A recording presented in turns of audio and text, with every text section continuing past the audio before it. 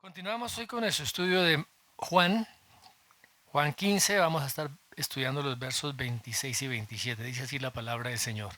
Pero cuando venga el Consolador a quien yo os enviaré del Padre, el Espíritu de verdad, el cual procede del Padre, él dará testimonio acerca de mí.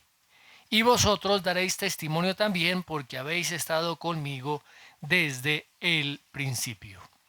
Recordemos, mis amados hermanos, que estas palabras el Señor Jesús eh, las pronuncia estando allí en el aposento alto con sus 11 discípulos. Ya Judas había salido.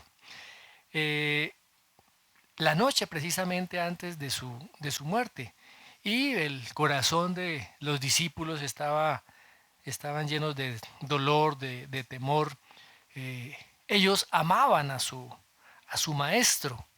Y llegó un momento en que ellos realmente estaban convencidos que era mejor morir con él que vivir sin él. Pero el Señor ya había predicho que ellos lo iban a abandonar. Y recuerden que Pedro responde, dice, aunque todos se escandalicen de ti, yo nunca me escandalizaré. Y después Pedro dice, aunque me sea necesario morir contigo, no te negaré. ¿Y qué dijeron los demás? Dijeron lo mismo. Estamos dispuestos a morir contigo. Pero el Señor Jesús precisamente predijo que los discípulos lo abandonarían pronto. Los iba a vencer el temor, los iba a vencer el dolor, eh, porque pues la pérdida que ellos experimentarían sería bastante fuerte, sería una pérdida muy abrumadora. Así que el Señor pasa esta última noche con sus discípulos dándoles ánimo, dándoles consuelo, aunque Él era el que iba a tener que soportar ese dolor y ese sufrimiento. Él estaba allí animando y dándoles consuelo a sus discípulos, quitando la ansiedad de parte de ellos. Muy bien.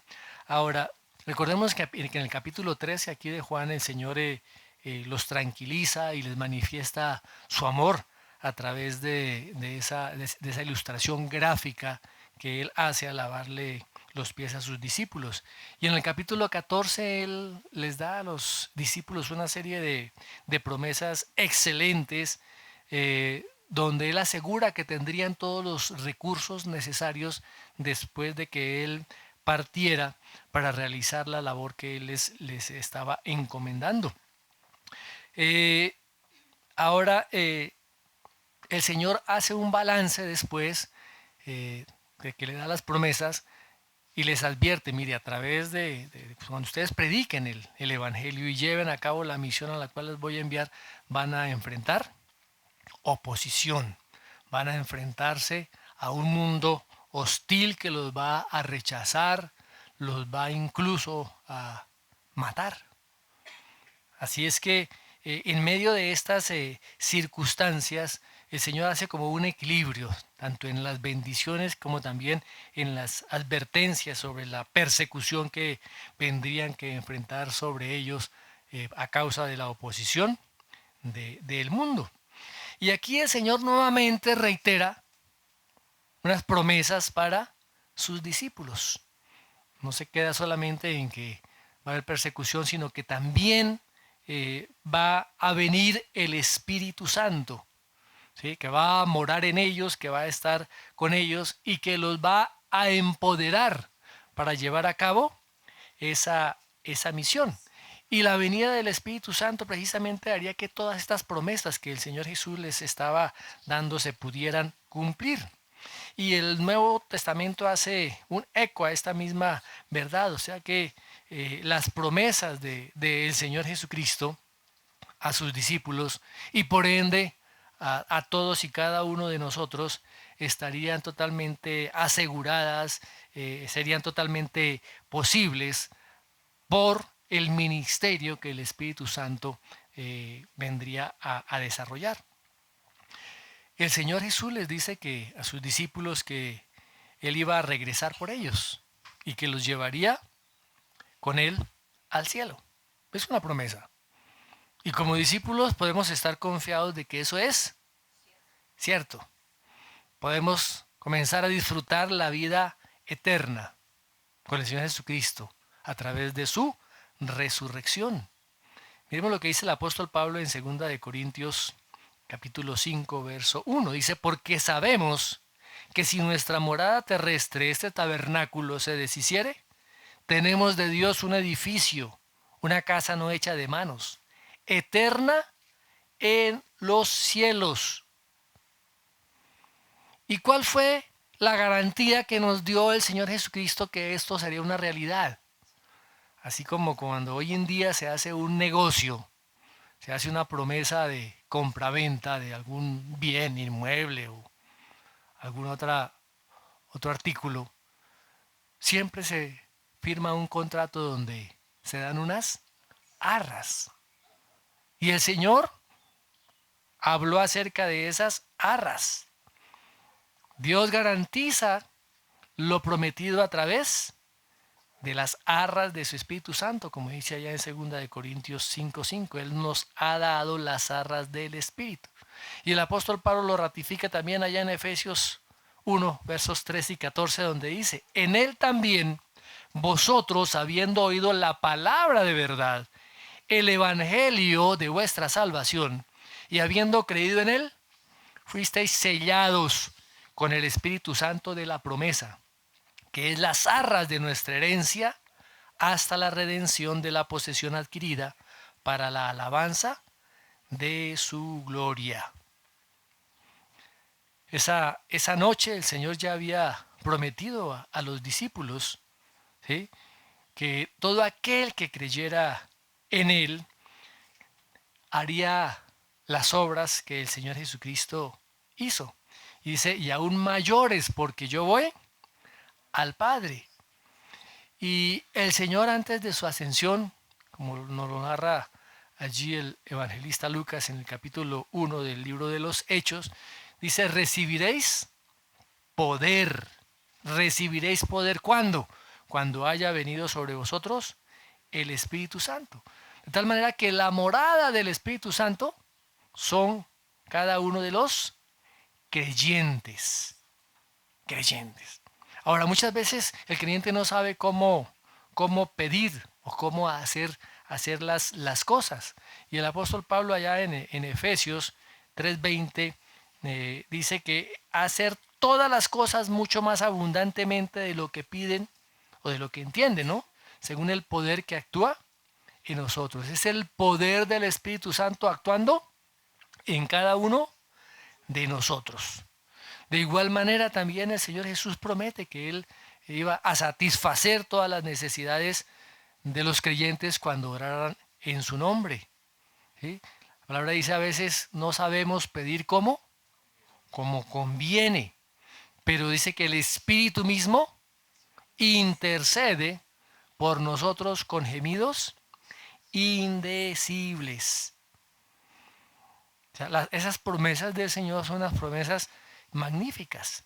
Y en Juan 14, como ya lo vimos anteriormente, retomemos este texto, Juan 14 del 18 al 23, dice, no os dejaré huérfanos, vendré a vosotros. Todavía un poco y el mundo no me verá más. Pero vosotros me veréis porque yo vivo, vosotros también viviréis. En aquel día vosotros conoceréis que yo estoy en mi Padre y vosotros en mí y yo en vosotros. El que tiene mis mandamientos y los guarda, ese es el que me ama, y el que me ama será amado por mi Padre, y yo le amaré y me manifestaré a él. Dijo Judas, no el Iscariote, Señor, ¿cómo es que te manifestarás a nosotros y no al mundo? Respondió Jesús y le dijo, el que me ama, mi palabra guardará. Y mi Padre le amará, y vendremos a él y haremos morada con él. ¿Cuándo se cumplió esta promesa? En el día de Pentecostés, ¿cierto? Cuando el Espíritu Santo vino a estar con los discípulos y a estar en ellos. El Espíritu de Dios, el Espíritu de Cristo. Ahora, ¿cómo podemos tener la seguridad de que somos salvos? porque el mismo Espíritu Santo da testimonio. Testimonio, como dice allá en Romanos 8. Miremos ese texto de Romanos 8, versículo 16. El Espíritu mismo da testimonio a nuestro espíritu de que somos hijos de Dios. Y si hijos, también herederos de Dios. Y coherederos con Cristo, si es que padecemos juntamente con Él, para que juntamente con Él seamos glorificados. Somos ahora hijos. Y es el Espíritu Santo el que confirma eso a nuestro espíritu. Somos herederos, herederos de Dios y coherederos con Cristo. Y se nos ha prometido también esa herencia de paz, herencia de gozo, herencia de amor, que finalmente viene a ser el fruto del Espíritu Santo en la vida del creyente, aquel que tiene relación y comunión permanente con el Señor Jesucristo y por ende con el Padre. ¿Sí? Esos son los frutos que produce la vida de la persona en la cual el Espíritu Santo está obrando. Todo cristiano, todo creyente verdadero debe manifestar ese fruto del Espíritu Santo en su propia vida. Ahora, ¿qué más? ¿Qué más el Señor da a su iglesia? Aquí, como leímos en Hechos 1:8, dice que Él da el poder para ser testigos. Recibiréis poder cuando haya venido sobre el Espíritu Santo y me seréis testigos en Jerusalén, en toda Judea, en Samaria y hasta lo último de la tierra. El poder para evangelizar, el poder para llevar el mensaje del evangelio a este mundo perdido proviene precisamente del Espíritu Santo. Mis amados hermanos, no puede haber testimonio cristiano sin el Espíritu. ¿Por qué? Porque el ministerio del Espíritu Santo es convencer al mundo de pecado, de justicia y de juicio. El ministerio del Espíritu Santo es presentarle a los inconversos a Jesucristo. Nadie puede ser salvo si no confiesa al Señor Jesucristo como el Señor. Y nadie puede confesar al Espíritu, al Señor Jesucristo como Señor si no tiene el Espíritu Santo. Así que este ministerio del Espíritu Santo es supremamente importante. Y aquí en este texto hay 4 verdades que son muy importantes acerca precisamente de el Espíritu Santo. Vamos a ver el primero. ¿Para quién es el testimonio del Espíritu Santo? ¿Para quién? ¿Hacia quién va dirigido el testimonio del Espíritu Santo? El testimonio de Cristo, ¿hacia quién va dirigido? Hacia las personas que no conocen de Cristo. Va dirigido hacia el mundo, hacia los pecadores, hacia los que están perdidos. Acuérdense que la vez pasada estuvimos hablando en la sección anterior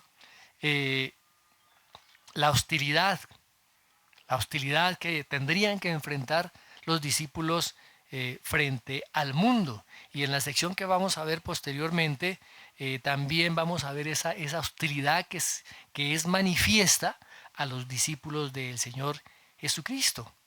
Ahora, pues es obvio que el mensaje del Evangelio vaya dirigido a los que no conocen a Cristo.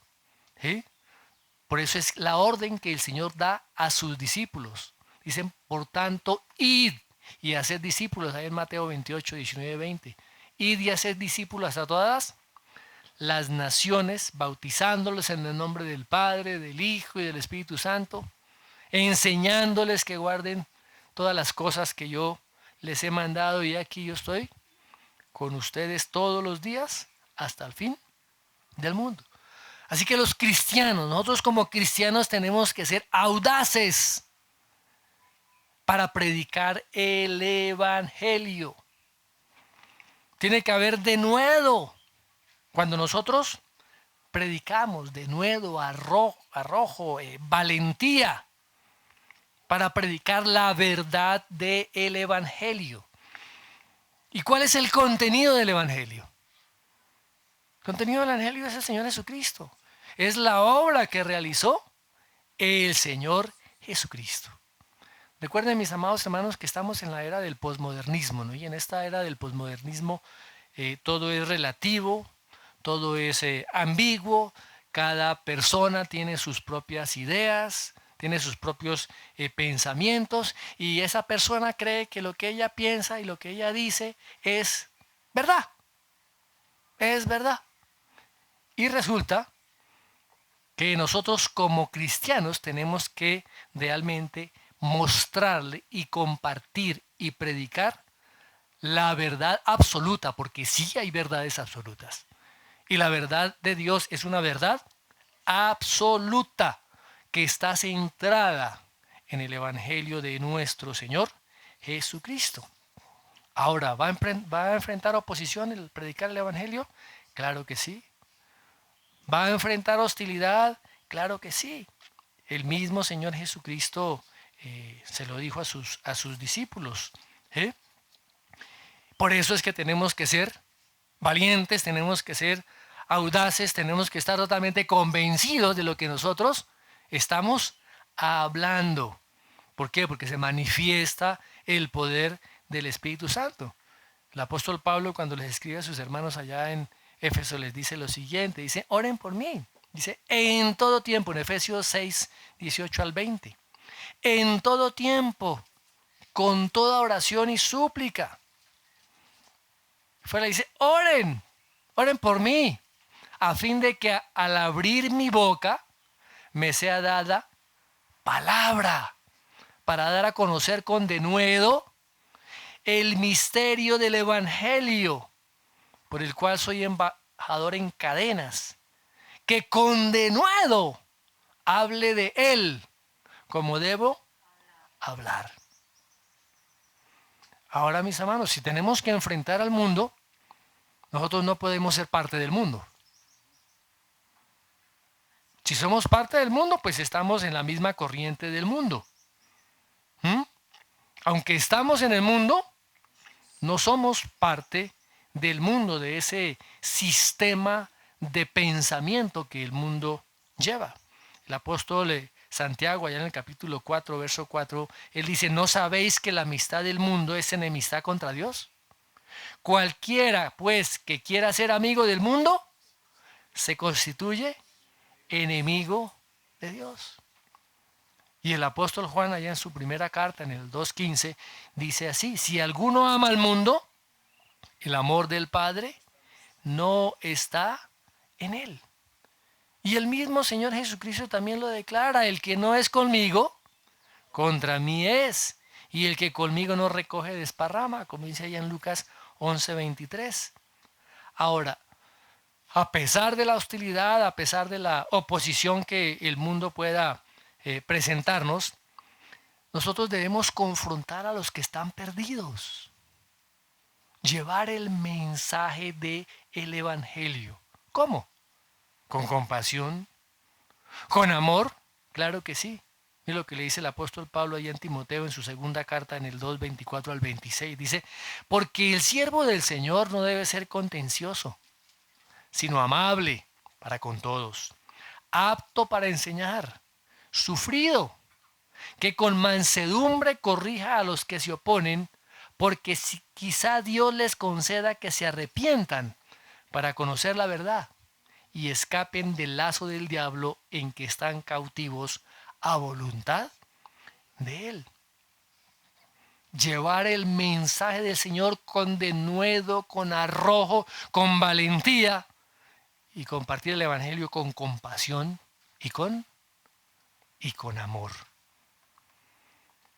El apóstol Pedro en su primera carta en el 3:5 dice lo siguiente, santificad a Dios el Señor en vuestros corazones y estad siempre preparados para presentar defensa con mansedumbre y reverencia ante todo el que os demande razón de la esperanza que hay en vosotros. Dios nos insta a que nosotros llevemos el mensaje del Evangelio, a que compartamos la palabra del Señor. Primera de Pedro 3:15. Muy bien. Ahora, ¿de dónde viene ese testimonio del que está hablando aquí el Señor Jesucristo? Dice, pero cuando venga el Consolador, a quien yo enviaré del Padre, el Espíritu de verdad, el cual procede del Padre. ¿Quién da testimonio de Jesucristo? ¿Quién da testimonio de Jesucristo? El Padre. El Padre. ¿Por qué? Porque el Espíritu viene de parte del Padre. ¿Cómo fue el testimonio en el Antiguo Testamento de Dios hacia su pueblo Israel? En Hebreos capítulo 1 nos dice cómo fue ese testimonio. Hebreos 1:1. Dice, Dios, habiendo hablado muchas veces y de muchas maneras en otro tiempo a los padres por los profetas, en estos postreros días nos ha hablado por el Hijo, a quien constituyó heredero de todo y por quien asimismo hizo el universo. A través de las Escrituras, a través del Antiguo Testamento, ¿sí? Primero Dios da testimonio de su Hijo. Comienza a revelar la obra del Mesías, del Señor Jesucristo. El mismo Señor Jesús, allá en Juan 5:39, él dice lo siguiente, dice, escudriñad las Escrituras, porque a vosotros os parece que en ellas tenéis vida eterna, y ellas son las que dan testimonio de mí. La Escritura, el Antiguo Testamento, da testimonio ¿de quién? Del Señor Jesucristo, del Mesías. Y en Lucas 24:44, el Señor dice, estas son las palabras que os hablé estando aún con vosotros, que era necesario que se cumpliese todo lo que está escrito de mí en la ley de Moisés, en los profetas y en los salmos. Todo se cumplió en el Señor Jesucristo. Apocalipsis 9:19-10 también dice lo siguiente, el testimonio de Jesús es el espíritu de la profecía. El testimonio de Jesús. Muy bien. Otra forma como da el Padre testimonio del Hijo fue a través de las obras sobrenaturales que el Señor Jesús realizó. Los fariseos y los oponentes del Señor Jesucristo lo cuestionaban que él fuera el Mesías, cuestionaban su divinidad y más bien lo acusaban de que las cosas que él hacía las hacía por causa del príncipe de los demonios, Belcebú. Y el Señor Jesús allá en Juan 5:36 le dice, las obras que el Padre me dio para que cumpliese, las mismas obras que yo hago dan testimonio de mí, dan testimonio de mí, que el Padre me ha enviado. Y allí en el 10:25 dice, las obras que yo hago en nombre de mi Padre, ellas dan testimonio de mí. Y el verso 37 dice, si no hago las obras de mi Padre, no me creáis.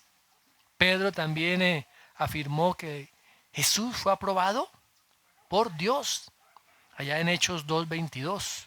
Varones israelitas, oíd estas palabras, Jesús Nazareno, varón aprobado por Dios entre vosotros con las maravillas, prodigios y señales que hizo Dios entre vosotros por medio de él, como vosotros mismos sabéis.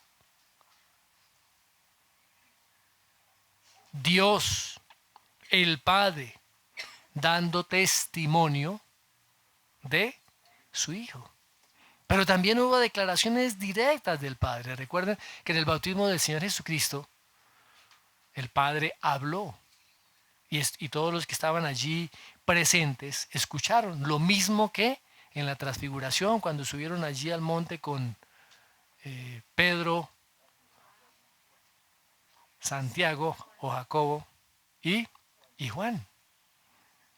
Salió una voz del cielo que decía: este es mi Hijo amado en quien tengo complacencia. Y posteriormente el apóstol Pablo en su segunda carta habla de esta experiencia allí en el Monte Santo, como dice la palabra. Segunda de Pedro 1, 16 al 18 dice: porque no os hemos dado a conocer el poder y la venida de nuestro Señor Jesucristo siguiendo fábulas artificiosas. Esto no es cuento, está diciendo el apóstol, sino como habiendo visto con nuestros propios ojos su majestad. Porque él dice que vio la majestad de Dios, porque estuvo allí en el monte de la transfiguración. Pues cuando él recibió de Dios Padre honra y gloria, le fue enviada desde la magnífica gloria una voz que decía: este es mi Hijo amado en el cual tengo complacencia. Y nosotros oímos esta voz enviada del cielo cuando estábamos con él en el monte santo. Muy bien, ¿cómo más el Padre da testimonio del Hijo? Cuando el Padre envía al Consolador, al Espíritu de verdad, como dice aquí, el cual procede del Padre. La primera epístola de Juan 5:6 dice: el Espíritu es el que da testimonio. ¿De quién? ¿De quién es el que da testimonio el Espíritu? Del Señor Jesucristo. Porque el Espíritu es la verdad. Y recuerden que el Señor Jesucristo: yo soy el camino, la verdad y la vida. De igual manera también allá en Hechos 5:32. Y nosotros somos testigos suyos de estas cosas. Y también el Espíritu Santo, el cual ha dado Dios a los que le obedecen. Mis amados hermanos, el Espíritu da testimonio de Cristo. El Espíritu Santo da testimonio de Cristo. Muy bien. La pregunta obvia: ¿ese testimonio de quién es? ¿Cuál es el objeto de ese testimonio? ¿De qué se va a atestiguar? ¿De qué se va a hablar? ¿Qué dice el 15:26, la parte B? Él dará testimonio acerca de mí. El principal ministerio, ojo, del Espíritu Santo al mundo que se pierde es precisamente dar testimonio acerca de Jesús. La función o ministerio principal del Espíritu Santo es dar testimonio de Cristo a un mundo que está perdido. Por ende, el mensaje que tiene que llevar la iglesia a ese mundo perdido es el mensaje de Cristo. La iglesia no tiene ningún tipo de mensaje político, mis amados hermanos. No somos activistas políticos. Tampoco somos activistas sociales. Tampoco, mis hermanos, somos psicólogos o psiquiatras para el mundo. Somos los mensajeros del mensaje del Señor Jesucristo para un mundo perdido. Tristemente, como les he comentado, hoy en día desde muchos púlpitos se oyen unos sermones espectaculares de psicología. Se escuchan sermones de autoformación, de autosuperación. Se escuchan sermones, mis hermanos, donde se está exaltando al hombre, la capacidad del hombre. Tú puedes. Y ese no es el mensaje que se nos ha encomendado dar. Es el mensaje del Evangelio, las buenas nuevas acerca de Cristo. Miremos lo que dice allá Hechos 3:15. Dice, y matasteis al autor de la vida, a quien Dios ha resucitado de los muertos, del cual nosotros somos testigos. Los apóstoles están dando testimonio que Jesús resucitó y que ellos eran testigos directos, testigos oculares de eso que ocurrió, de eso que pasó. Ahora, el mensaje que tenemos que llevar y el mensaje que tenemos que dar no es de buenos consejos. No es de buenos consejos, no es de cómo arreglar su matrimonio, no es que cómo sus hijos salgan de las drogas, no es cómo tener la bendición de Dios, a ver si nos da casa, carro y beca, como veo por ahí permanentemente en declaraciones, decreta, tienes tu casa propia. Hermano, Dios no nos ha mandado a eso. Dios no nos ha mandado a hacer decretos y a hacer una cantidad de bobadas y pactos que la gente habla porque no conocen el Evangelio. ¿Ah? No se conoce el Evangelio. Entonces se quiere utilizar a Dios como el mago, como el de la lámpara de Aladino, el genio de la lámpara de Aladino, para que mis deseos y mis anhelos y mis sueños sean realizados. O sea, tengo a Dios simplemente como un mago que me beneficia en todo lo que yo quiero. El apóstol Pablo, cuando escribe a los Corintios, les dice esto, allá en 1 Corintios 2:22.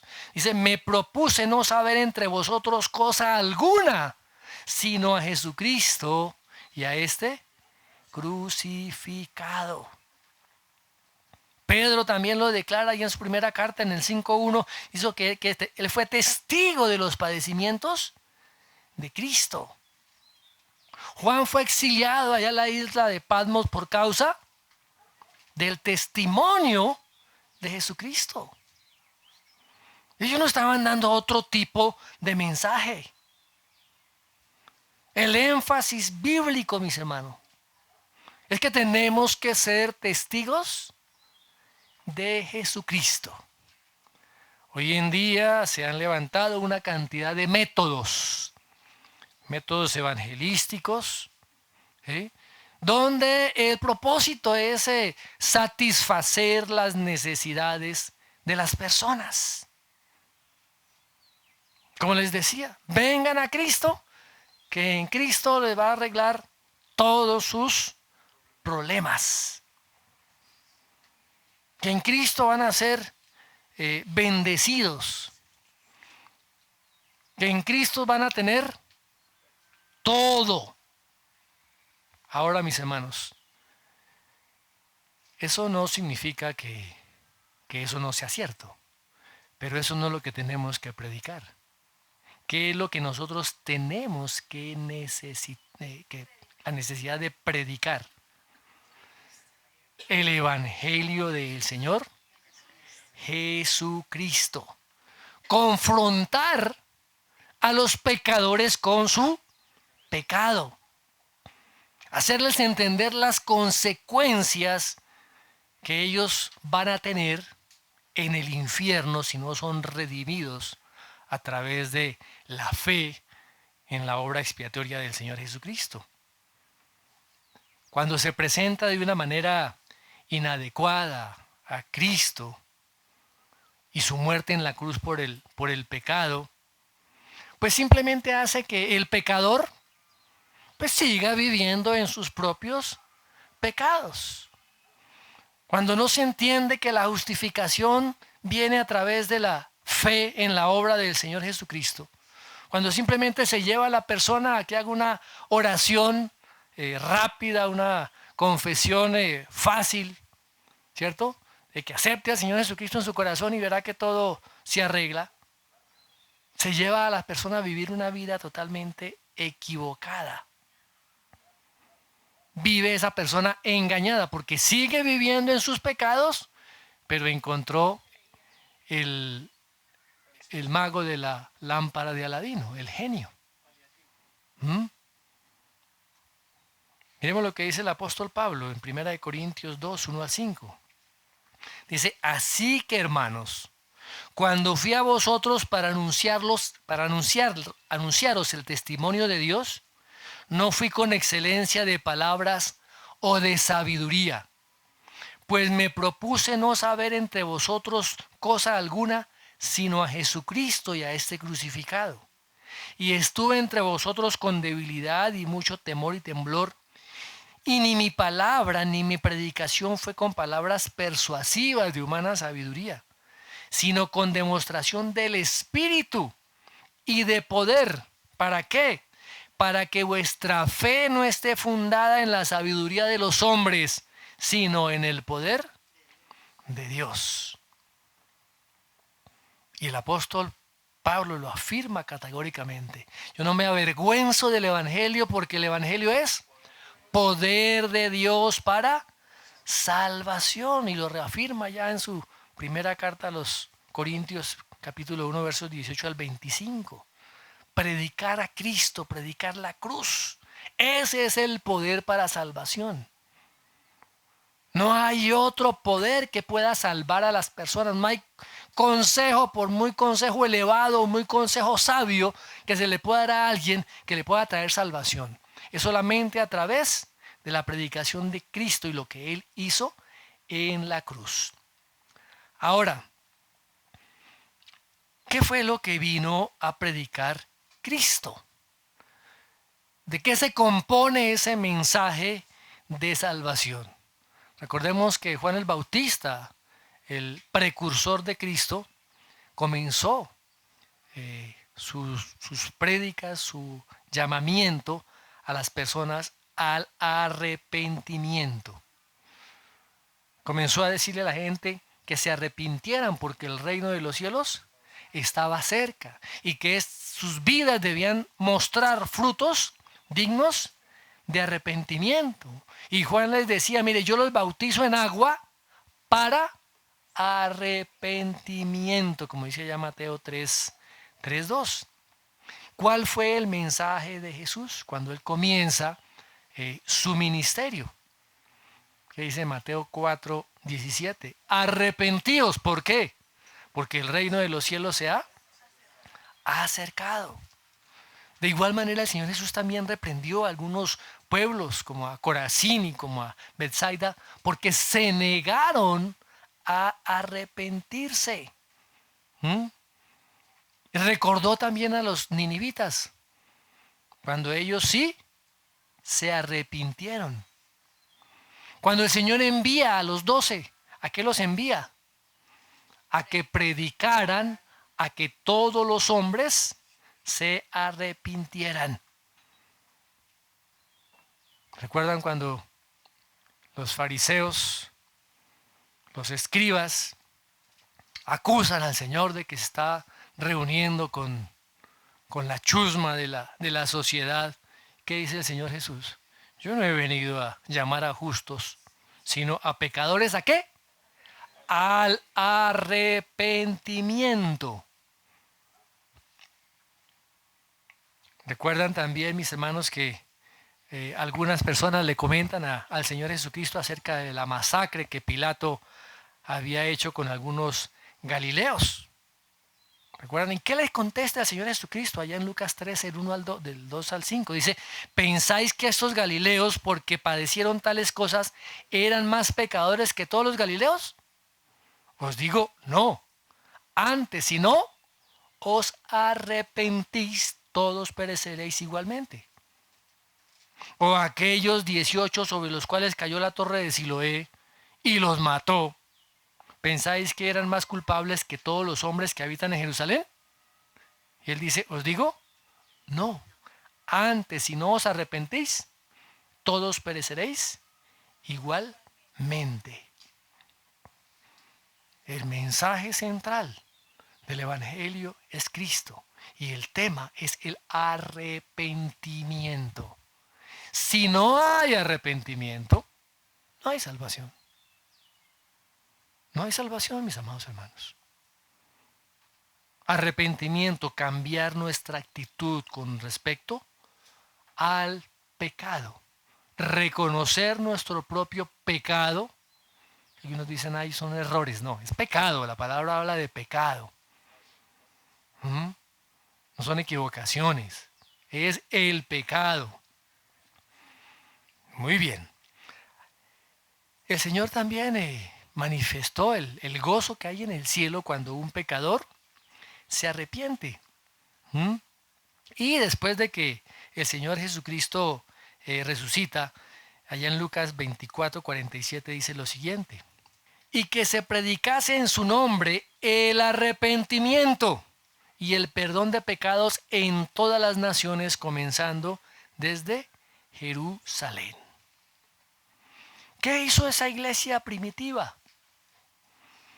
Hizo caso, obedeció al Señor. ¿Mm? Y predicó un mensaje de arrepentimiento. Miremos el primer sermón de la historia. Hechos, capítulo 2, verso 38. Pedro les dijo: arrepentíos y bautícese cada uno de vosotros en el nombre de Jesucristo para perdón de los pecados y recibiréis el don del Espíritu Santo. Mis amados, y ese es el mensaje que nos corresponde a nosotros llevar. Miremos qué dice Hechos 3:19. Así que arrepentíos y convertíos para que sean borrados vuestros pecados, para que vengan de la presencia del Señor tiempos de refrigerio. Cuando los apóstoles estaban allí también frente al Sanedrín, miremos lo que ocurrió allá en Hechos 5:31. A este Dios ha exaltado con su diestra por príncipe y salvador. ¿Para qué? Para dar a Israel arrepentimiento y perdón de pecados. Y en el 11:18, entonces oídas estas cosas callaron y glorificaron a Dios diciendo: de manera que también a los gentiles ha dado Dios arrepentimiento para vida. El apóstol Pablo, cuando le habla allí a los filósofos en Atenas, dice lo siguiente, en Hechos también, Hechos 17:30. Pero Dios, habiendo pasado por alto los tiempos de esta ignorancia, ahora manda a todos los hombres en todo lugar que se arrepientan. Se requiere, se necesita, es básico, es fundamental el arrepentimiento. Miremos Hechos 20:21. Testificando a judíos y a gentiles acerca del arrepentimiento para con Dios y la fe en nuestro Señor Jesucristo. ¿Cuál es el mensaje? Que la gente tiene que arrepentirse. Otro texto, Hechos 26:20. Sino que anuncié primeramente a los que están en Damasco y Jerusalén y por toda la tierra de Judea, y a los gentiles que se arrepintiesen y se convirtiesen a Dios haciendo obras dignas de arrepentimiento. La Biblia, mis hermanos, es clara. Exige que toda persona que llega a los pies del Señor se aparte totalmente de su pecado. Lo deje todo por seguir a Cristo. Y vuelvo y repito, muchos métodos modernos de evangelismo, estrategias que el hombre ha ideado, se centran en satisfacer las necesidades de las personas. Venga que esta noche hay culto de milagros. Venga que esta noche le vamos a dar una palabra de profecía. Eso, mis amados hermanos, no es bíblico. Eso no es bíblico. El mensaje que tenemos que predicar es el mensaje del arrepentimiento. Incluso hay algunas denominaciones que dicen que no hay necesidad de creer en Jesús para ser salvos. ¿Y qué dice la Biblia? Que no hay salvación fuera de Jesucristo. Aparte de Cristo es imposible la salvación. Y tenemos una clara ilustración que el Señor nos dejó allí en Lucas. ¿Recuerdan ese joven rico que va y se postra allí delante del Señor y le hace una pregunta bien interesante? Maestro bueno, ¿qué haré para heredar la vida eterna? Parece que este joven reconocía su propia necesidad. Y estaba buscando realmente la respuesta y se acercó a la fuente correcta, a la fuente de vida eterna que es Jesucristo. ¿Cómo puedo yo obtener la vida eterna? Todo estaba listo, todo estaba preparado, la multitud estaba a la expectativa de que ese iba a ser un discípulo. A veces sucede así, ¿no? A veces nos equivocamos con las personas, ¿sí? Porque muestran a veces religiosidad, o mucha devoción y todo eso. Pero ¿qué pasó? Este joven no recibió la salvación, porque estaba orgulloso de su propia justicia. Valoraba más sus posesiones, mis amados hermanos, que esas promesas de las riquezas celestiales. Su fe era una fe muy superficial. No confesó su pecado. No lo dejó todo por entrar en el reino de los cielos. Quería tener vida eterna, pero según sus propios términos. Y es lo que pasa hoy en día con mucha gente. Yo creo en Diosito, dicen por ahí, ¿sí? O yo creo en Jesucito, como dicen algunos, ¿sí? Y piensa que por lo que hacen, por sus obras, porque son buena gente, tienen asegurado un sitio en el reino de Dios. Y eso es un gran engaño. El Señor Jesucristo no quitó aquí los obstáculos. Él no ensanchó más todavía la puerta para que el joven rico entrara. Al contrario, Él puso más obstáculos. Los levantó delante de Él. Cuando llevemos la palabra del Señor, nosotros no podemos ensanchar la puerta para qué? Hacerle el favor al pecador.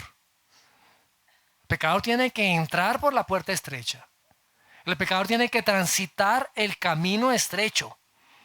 El pecador tiene que dejar a un lado todo su orgullo y todo aquello que le da una seguridad en esta vida. Sus posesiones, su riqueza, sus títulos, su nombre respetado. Bueno, qué sé yo, el poder. Todo eso tiene que dejarlo a un lado. Y si el Señor Jesucristo no hizo eso de ensanchar la puerta, la iglesia tampoco debe hacerlo, mis hermanos. Y hay que aclararle a la gente que si no se arrepienten van a encontrar el juicio eterno de Dios. Que tienen que entregar su vida en sumisión al Señor Jesucristo.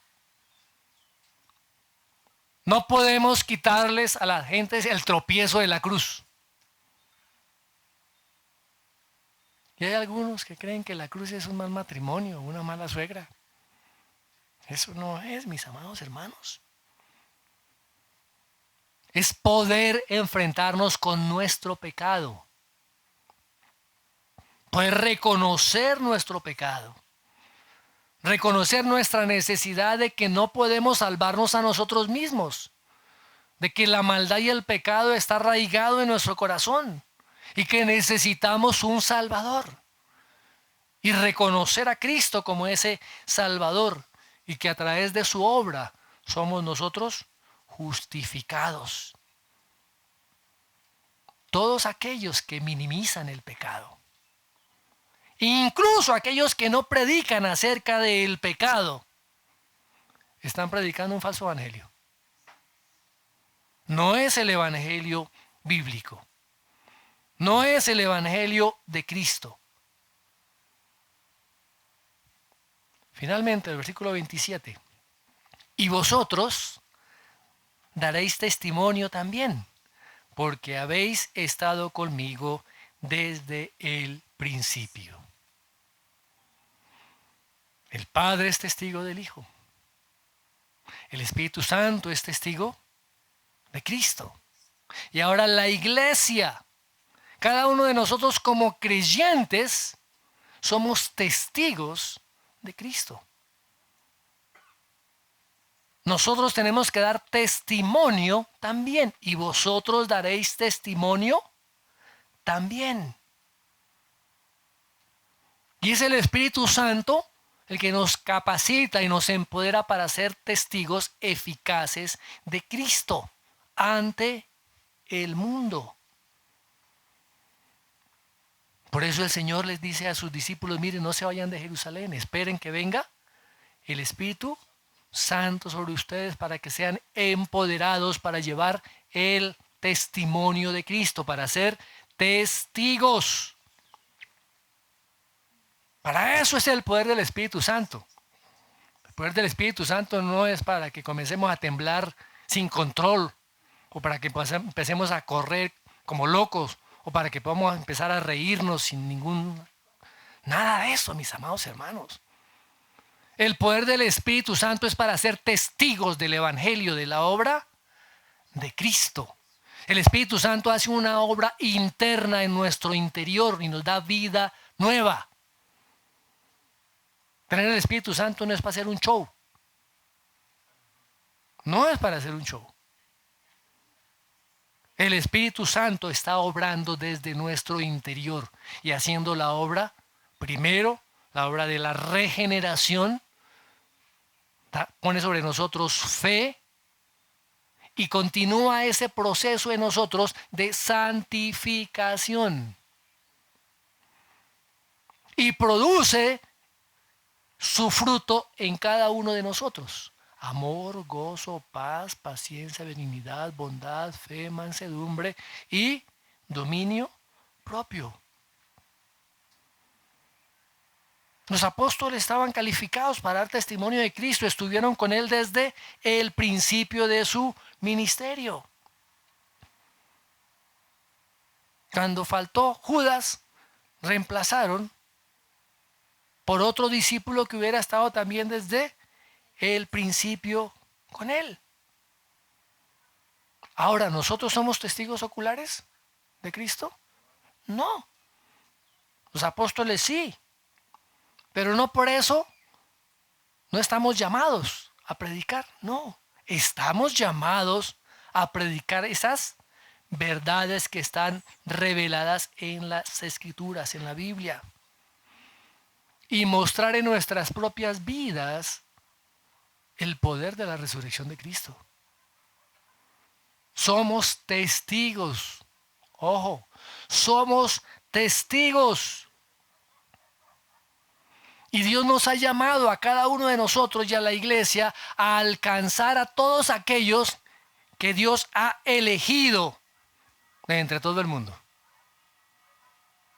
Por eso tenemos que llevar el mensaje de el Evangelio. ¿Estamos haciendo la labor?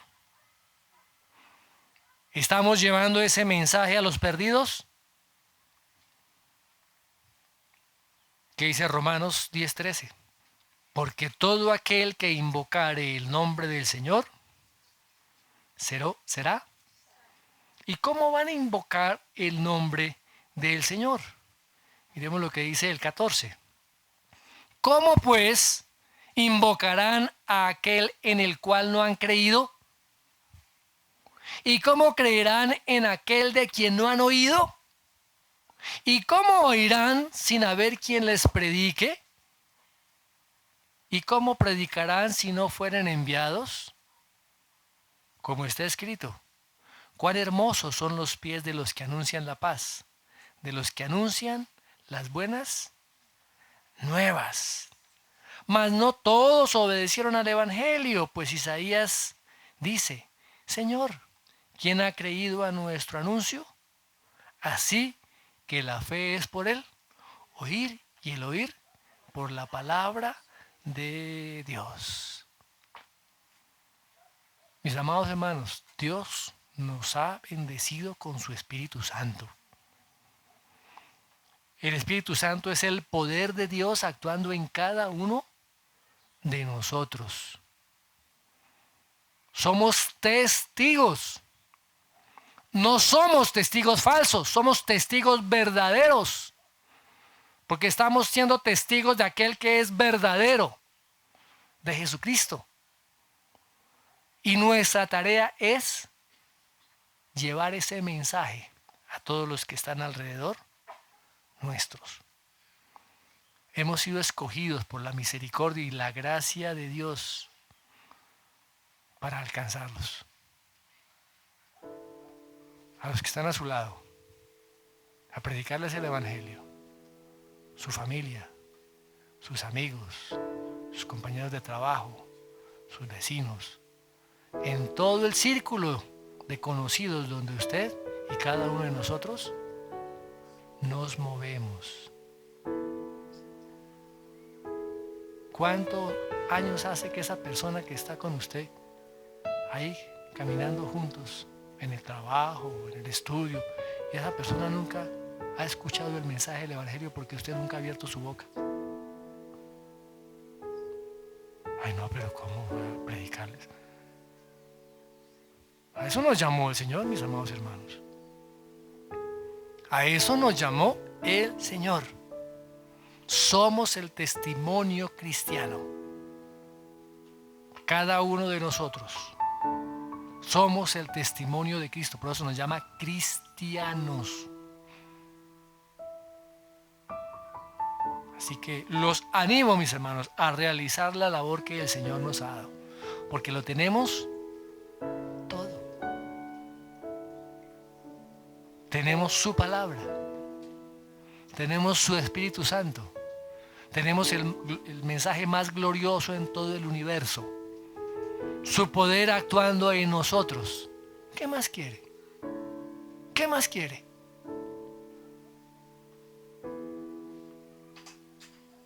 ¿Qué más podemos pedir? Tenemos todas las promesas, tenemos la herencia, tenemos al dador de la vida. ¿Qué estamos esperando? ¿Qué estamos esperando? Como dice la palabra, hoy es el día aceptable. Hoy es el día de salvación. Amén. Padre, te damos gracias por tu palabra. Gracias por el Evangelio. Gracias porque ese Evangelio es el poder de salvación para todo aquel que cree. Rogamos, Señor, que en nuestras vidas sea avivado ese denuedo, esa valentía, esas ganas, esa fuerza para predicar tu palabra, para hablar del arrepentimiento, para compartir de la obra de Cristo, para que los elegidos, Señor, que tú has destinado, te conozcan, lleguen a ti, se arrepientan y sean salvos, Padre. Que cada uno de nosotros podamos ser esos instrumentos preciosos en tus manos, empoderados por tu Espíritu Santo para dar testimonio de Cristo. Gracias, Padre, en el nombre de Jesús. Amén y amén.